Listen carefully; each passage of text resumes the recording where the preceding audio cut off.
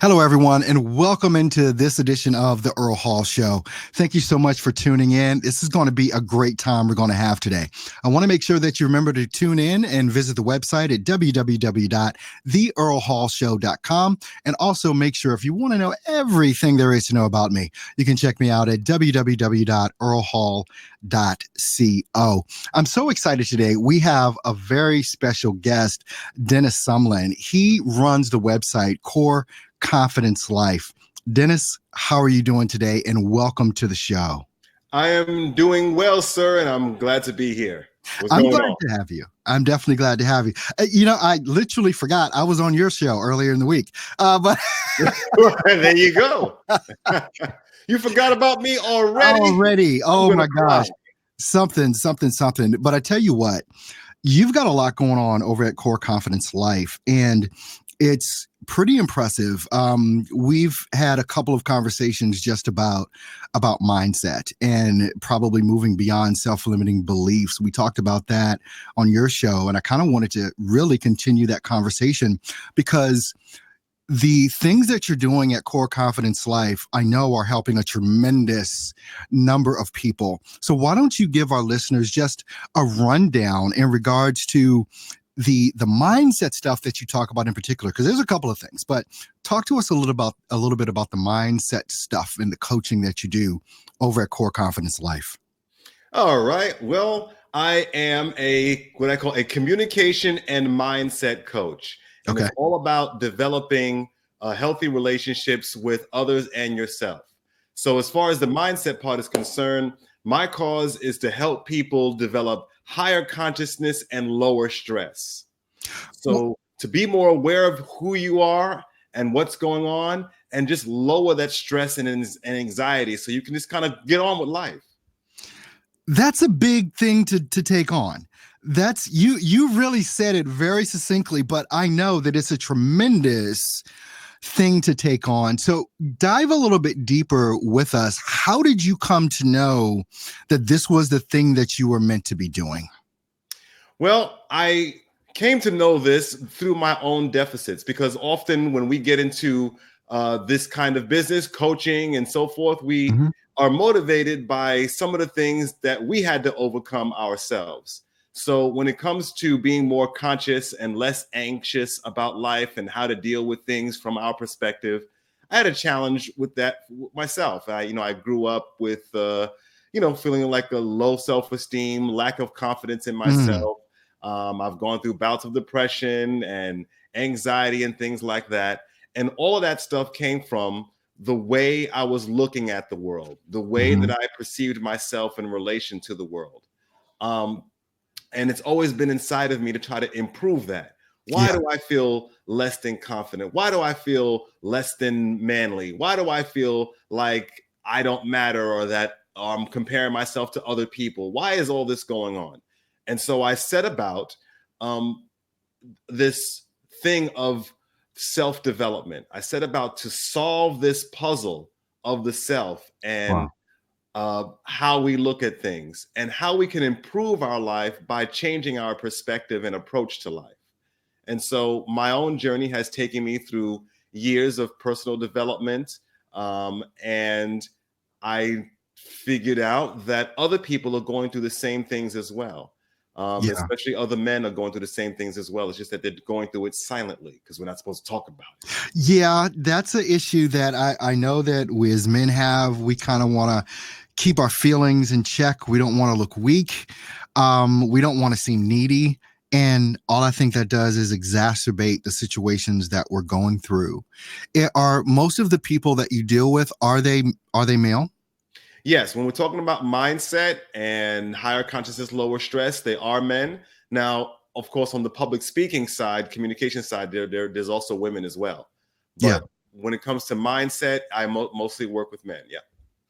In what you do with your mindset coaching, how does that actually work? Do you do one-on-one? Do you do it in a group setting? How do you normally manage that? Well, most of the time it's one-on-one, because that is the atmosphere where people feel like they can be most open. Yeah. Because when you're talking about changing your mindset about things that go on in your life, sometimes we talk about deep personal issues, relationship issues, intimacy issues, things around that. So I think a one-on-one format is the best format for a man to really dive deep and talk about personal emotions and private things, and we can kind of work through that man to man, one person who's been through it to another, and work towards a conclusion that will work for them. So in doing all of this, what are some of the things that you typically find across the board that you have to start dealing with people on to kind of get them, to the point where they want to be? Where does the journey usually start with people? Well, it starts in a few places. One place that it starts is people don't know their own talents and qualities. Mm-hmm. So a lot of people have a hard time figuring out what they're meant to do or who they are, because they don't realize that their own talents that they were given. And so they need a little bit more clarity on some of the things they have to offer, some of the things they bring to the table, some of their own talents and abilities that seem to be invisible to them because it's normal to them. So it's invisible. They can't see it. Another starting point that people come along with is comparison, comparing themselves to others, wanting to reach a particular society standard of manhood, overcoming certain stigmas and judgments that society has put upon us. Yeah. And so there's a lot of comparing. Am I living up to what I'm supposed to do? Am I doing what I'm supposed to be doing? Am I being man enough? Are other people going to blah, blah, blah? And so we have to work through that sometimes. So there is a starting point with that as well. How does all of this affect you personally when you're able to help these people get to certain points? What does that do for Dennis? Well, I don't know. That's a good question. So I think what it does for Dennis is, first of all, I learn from my clients just as well as they might learn from me, because, everybody has a specific different struggle. They may fall into the same broad categories as we're talking about, but everybody's story is different.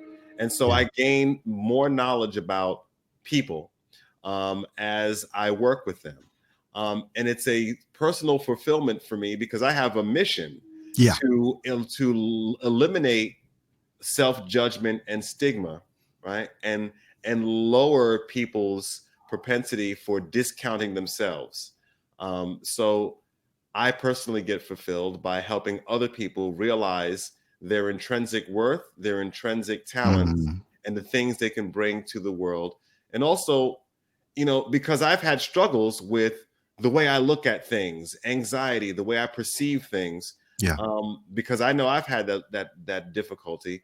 It's great to hear somebody come to a brand new vision of who they are and how they relate to the world, a brand new vision and confidence about who they are as a man, who they are as, let's say, a partner or an intimate partner, or a coworker, coming to a new conclusion, a more positive conclusion, aligning with their higher vibrating self. And when they reach that point, that of course inspires me. And actually makes me step up my game, because I'm helping you be the best you can be. That means I got to be the best I can be so I can help you to do the same. Exactly. So how do people normally discover that this is what you do, and then approach you to kind of help them with these mindset things? How do people find out that Dennis is doing this? Well, there's several ways. I mean, you got the random Googler who is looking for, help my self-esteem, low self-esteem. Why do I compare? All these random Google searches, you might find it there. If you're on social media, if you're in certain men's groups, you might find me or people like me there. And also it's, word of mouth, what do you do? Or I do this. So it's all different kinds of ways. Just casual conversation, just you meet people and they say something, and you go, oh, well, I might be able to help you with that. So it's really moving through life, just being myself and being open to helping people get what they need out of life so they can live a better life, is kind of how it goes. Awesome. Now, I know that you're a podcaster. I know that you do the mindset stuff. I know that you do the communications things, helping people do public speaking. Do you find that these different things that you're engaged in, do they cross-pollinate each other? Like you might be helping someone with mindset and they'll say, well, hey, I want to do public speaking, or you're helping someone with public speaking and it's like, hey, well, I need some mindset stuff. They do cross-pollinate. In fact, public speaking, part of what we do, if someone's brand new to public speaking, part of what we do is a mindset work as well. Because people who want to become public speakers but never done it before, they're nervous. There's 75% of people are afraid of fear of public speaking. Yeah. And so we've got to go in there and talk about, fears. I'm anxious. Why are you anxious? What's anxious? How do we get past the anxious part? A lot of people think they don't have anything to say. And so we've got to go in there and, well, of course you have a lot to say. You just haven't accessed it yet. That goes back to finding your own talents and your own abilities and being able to communicate them. Yeah. So, yeah. I mean, one of the things that I was doing a coaching session last night and was talking about our stories that we have of our lives are some of the most engaging things that we can share and also help people with. Is that one of the things that you found as well with, helping people with public speaking, kind of tell the story or their journey of what they've gone through and overcome? Absolutely. We work on how to present yourself. What stories are you, what kind of story are you telling? Not only what story are you telling other people, but what story are you telling yourself? Yeah. What is the storyline that you're giving to yourself that causes you to think the way you do about everything else? Absolutely. Now, going into the podcast that I was so blessed to be on the other day with you, how long ago did you actually start your podcast? What was the reason for doing that? Well, I've been podcasting on and off for about 15 years. So I've had various podcasts over that time, but this current one has been around for about a year and a half. And it was designed to be a supplement to the Core Confidence Life business. And I'm a communicator. I've always liked the talk show format. I've always liked delivering my message in that form. And so this podcast came from that, and as a need to communicate my philosophy around higher consciousness, my philosophy around ownership of yourself, my philosophy around holistic spirituality. And so the podcast is an outlet for me to communicate that philosophy, that way of life, so that other people can learn and be inspired to live that kind of life. Yeah. Tell us a little bit about your personal spiritual philosophy. What does that consist of? Well, I call it holistic spirituality. Yeah. And many people are familiar with the word holistic. It, has to do with, a lot of times we hear it about eating vegan and all that stuff. Right. But it goes deeper than that. It goes deeper than just your eating habits. It goes deeper than just your physical health. It includes that, but it goes deeper. Holistic spirituality is about a belief in a creator, not necessarily from any particular religious situation, but a higher power, a creator. And the idea that because we all come from the creator, we all have a part of the creator in us. Yeah. Therefore, we can co-create our destiny. One of my taglines is manifest your destiny. And you can do that because you have the creative energy and you are a co-creator in your life. And so through different mind frames and through informed conscious action steps, we can design and align with the best versions of ourselves. And knowing that, and thank you for sharing that with us, because the reason I asked you that question about your spiritual philosophy is because I know that for most of us, it is the thing that is overarching everything that we do. It is the thing that is so much a part of everything that we do, and we can't separate ourselves from it.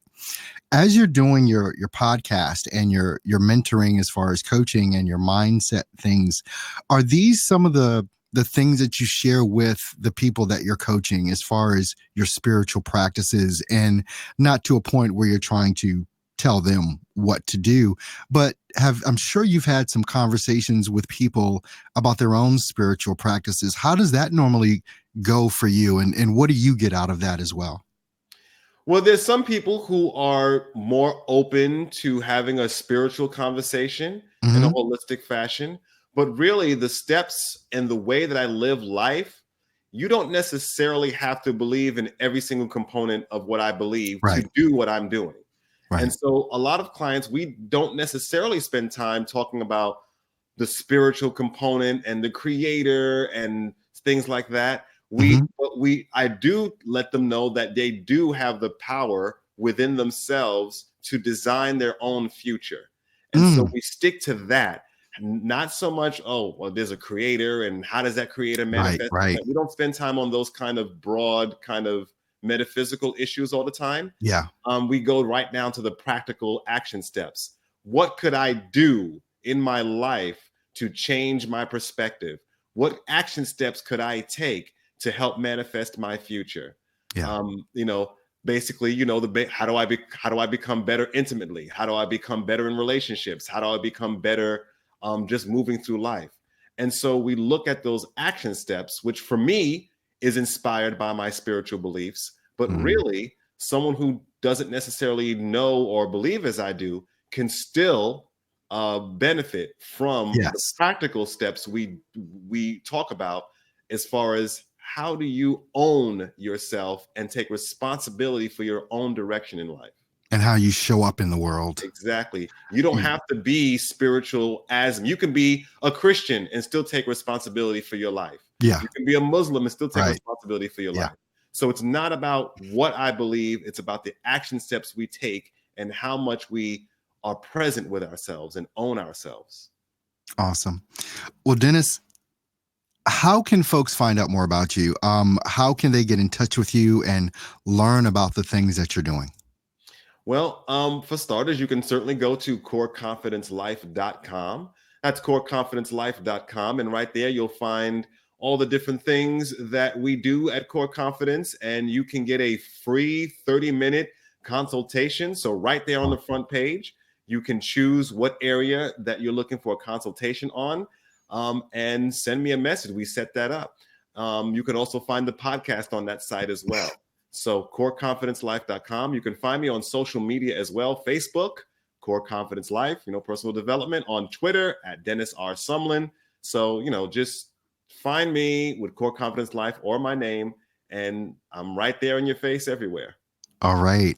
Well, Dennis, I want to thank you so much for taking this time today to be on the show with us. This has been very encouraging and very enlightening for a lot of people, I'm sure. And I definitely want to let everyone know that you should go ahead and reach out to Dennis R. Sumlin and take advantage of the things that he has to offer, because he has a lot to offer there. So, Dennis, once again, thank you so much for being here with us today.